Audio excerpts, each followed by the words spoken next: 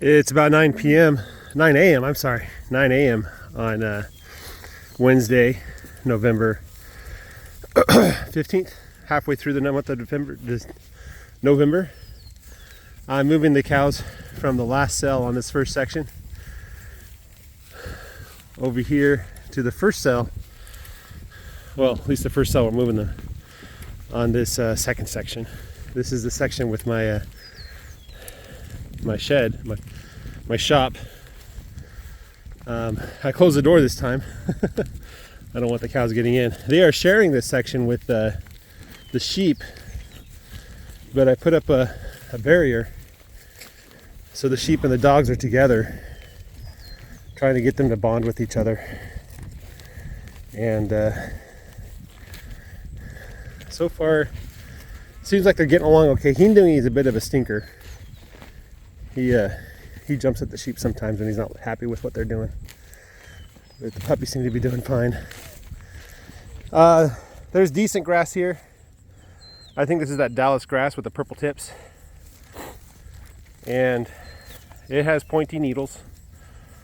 So it'll be good for at least half a day. I'll come back in the evening and move them.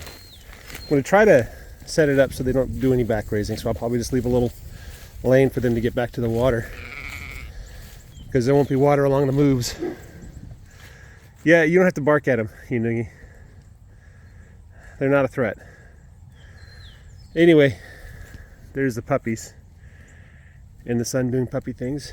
And we got the ram. Yeah, we got the ram back last night. Put him back with the other sheep. I was just going to tell you that I'm feeling a lot better than I felt in weeks. And I was able to drag the empty water trough, 1,000 feet. Not much of a problem. So if I'm heavy breathing right now, it's partly because I'm a little bit out of breath, but also because I'm still not 100%. So I've got some kind of cold and cough that just won't go away. And my asthma's kicking in a little bit, and so I figured one of the reasons why I'm doing cows and rotational grazing is because it's an excuse to force me to get out of bed and exercise. Exercise is one of the best things I've found for me. I used to run cross country in high school, believe it or not, and I gotta get that green stuff out of here. Must have fallen off my side by side. Anyway, I used to run cross country in high school. And in college, I used to run quite a bit. I'd run miles at a time. There was a trail, a path that went from my dorm along the lake there at the University of Washington. I'd really enjoy running that at the crack of dawn. Anyway, so yeah, I need an excuse to get out here, move around. So rotational grazing is a great excuse. And Greg Judy shared the story once where he hired a neighbor or friend or somebody who was very much overweight. And he did this 6 months with Greg Judy. Lost a lot of weight. He was huffing and puffing the entire time. But he lost a lot of weight just moving around. Excuse me. Mr. Blue, you smell that sweet feed inside, don't you? You're like, how do I get that open? I want to see how you get it open too. Because I've seen you guys open them before. Or rather, I've seen them close and then I come by and they're open and your faces are stuck in there.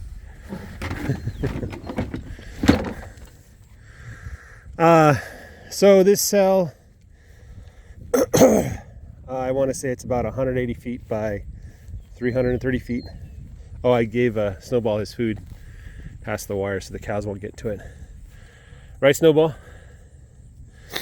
This dog, he seems lazy, but he's probably very active when the sun sets and before the sun rises.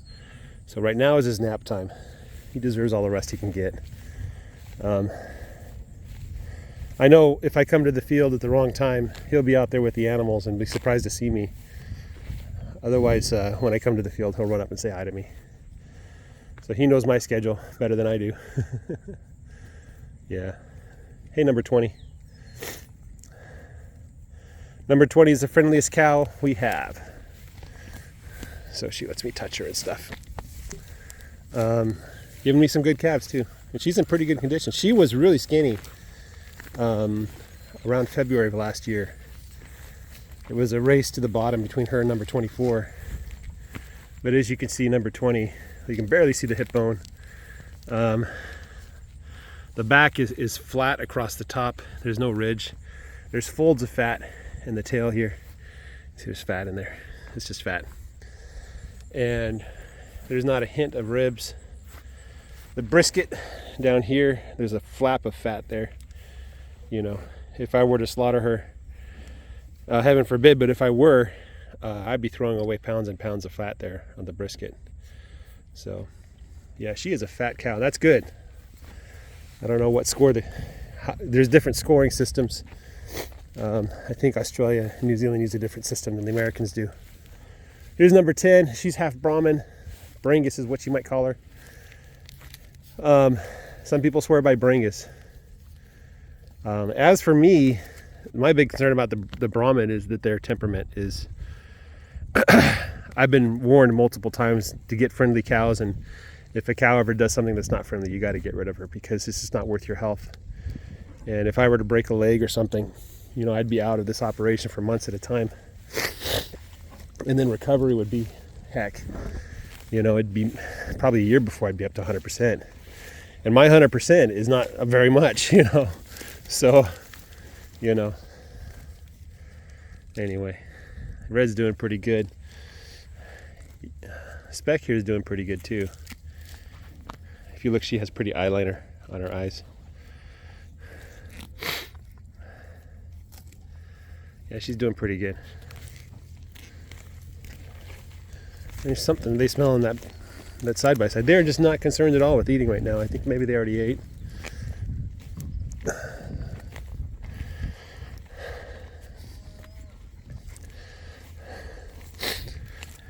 If the butt is higher than the shoulders, it's probably a female cow.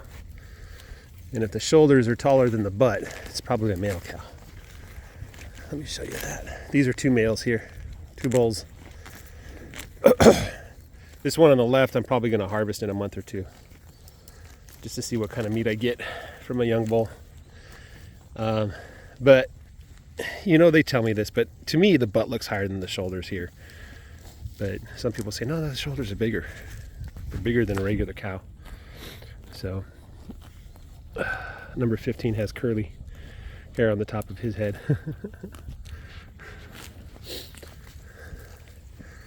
See, I don't see much of a difference between the bulls and the heifers. This is number 24. She's always been skinny. To me, she seems to be doing okay. She's not the best cow in my field, but she gave me a great calf. So I'm not going to complain too much. I don't remember which calf it is, but I think it's this one here. That big old heifer. But she gave me a great calf, and unlike 21, my fattest cow. Here's 20 again. Hey, 20. Where's 21? Is that 21? I think that's 21 right there. This is my fattest cow. Her calf died a couple days after it was born. I think it was a bull. It was a beautiful bull. Unfortunately, he was born right after the fire back in July of 2022. And yeah. So I had to move the cows, and the calf was behind in the pen for a while. It's probably long enough that the calf just couldn't survive even on mama's milk. But 21 is my fattest cow, but her calf died, so that's a strike against her. Whereas 24 is a skinny cow, but her calf is good, so that's a check for 24. I'd rather have skinny cows that give me good calves than fat cows that give me dead calves. I don't know about you guys, but that's my opinion. Can be as fat as she wants, but if she's not giving me good calves, it doesn't matter, you know, unless she wants to be dog food, you know. Anyway, I wanted to show you something else. This is kind of interesting. So this ground here was obviously imported. This is not natural soil here, but it's for the foundation. and it's on the north side, so it doesn't get full sun a lot. And some places are growing grass really well. I didn't seed anything, so I just assumed that, we've been in D2, we were in D1, now we're in D0, which is abnormally dry. D2 is severe drought. We do expect some rain on Sunday. But the point is that this disturbed soil after 1 year is already growing grass. I don't know how much more grass is going to grow, but we should get some decent grass eventually. And I'm just going to pave it over, put gravel down on top of it. Eventually. I don't really have a reason to do it right now. So, all right, that's what I got for you guys. It's a beautiful morning, 54 degrees. It's too warm for my jacket because of sunlight. Rain expected on Sunday. Today's going to be, I think, in the 70s, and it'll be 70s throughout the weekend until Sunday it starts raining. So puppies are healthy, dogs are happy, sheep are happy, cows are happy. Everybody's happy. Are you happy, Mr. Calf? This is number 1, the first one I ever tagged. See, her tag's still in her ear. What was I doing wrong with the others? I don't know. All right, have a great day, everybody. Take care and bye-bye.